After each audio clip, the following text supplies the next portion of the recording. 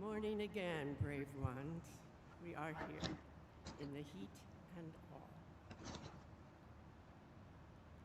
I don't know how closely you looked at the gospel readings as they were given.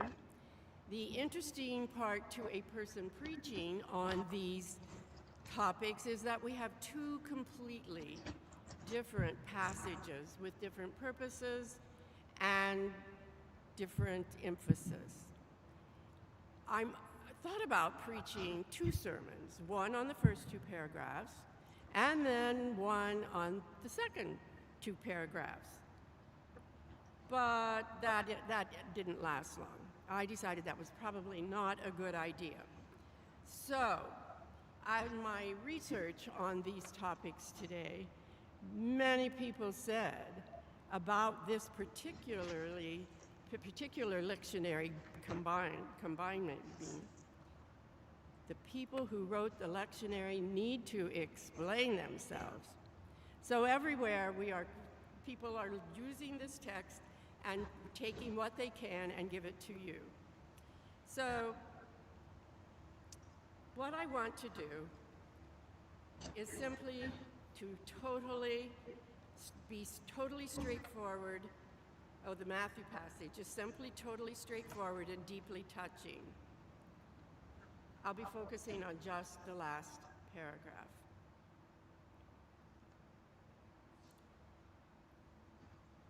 Come to me, all you that are weary and carrying heavy loads and burdens, and I will give you rest. Anyone here weary? Weary of heart, soul, and mind? Anyone burdened? Weary of wars, the division in our country, as well as conflicts within our families.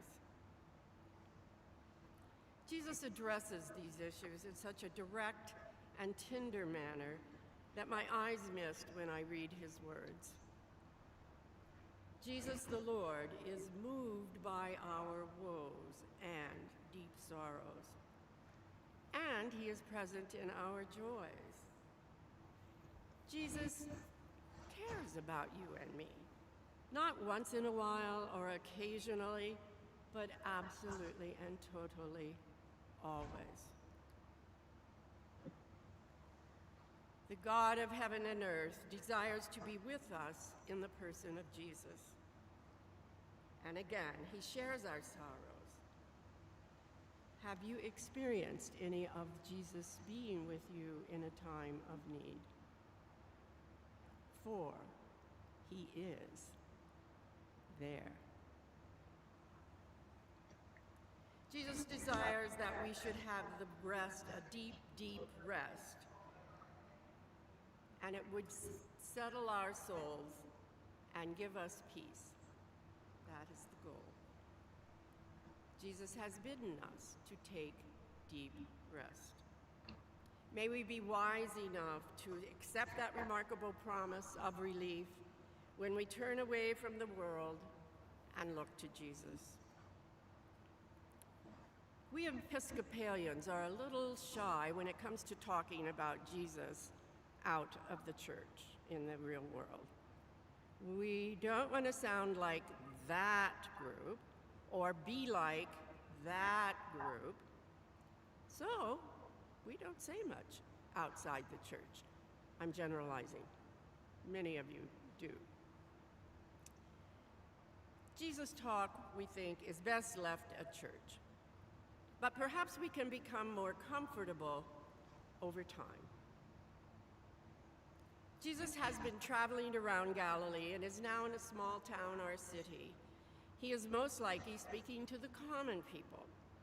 He speaks of a yoke. Leaders and high officials would have known the word yoke, but would probably not be interested in it or knowing anything more about it other than it connects things.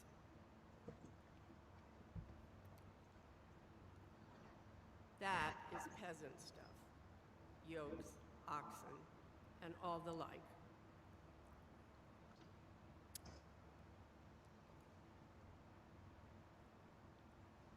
For those hearing Jesus in radically reverses the understanding of yoke.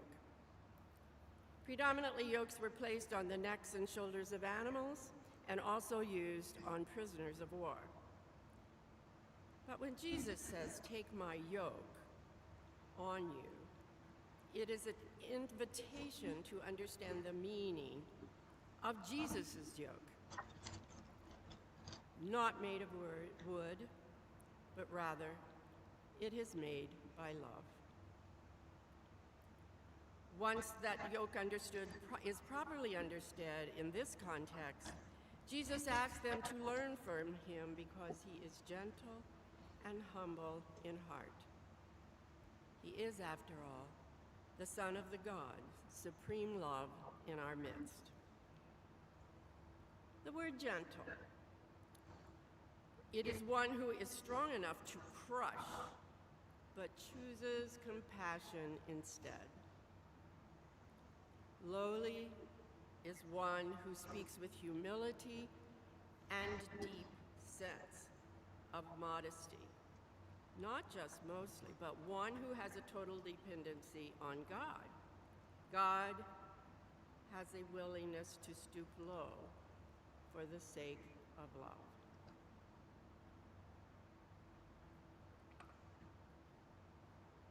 We as believers do not admire these qualities.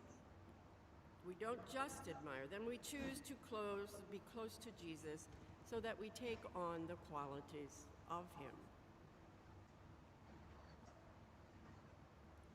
The more we learn about him, the more we become like him. And as we move toward him, we find the rest that our souls so sorely craved. Remember this: the world is waiting for us to stoop down low for the sake of love. Amen.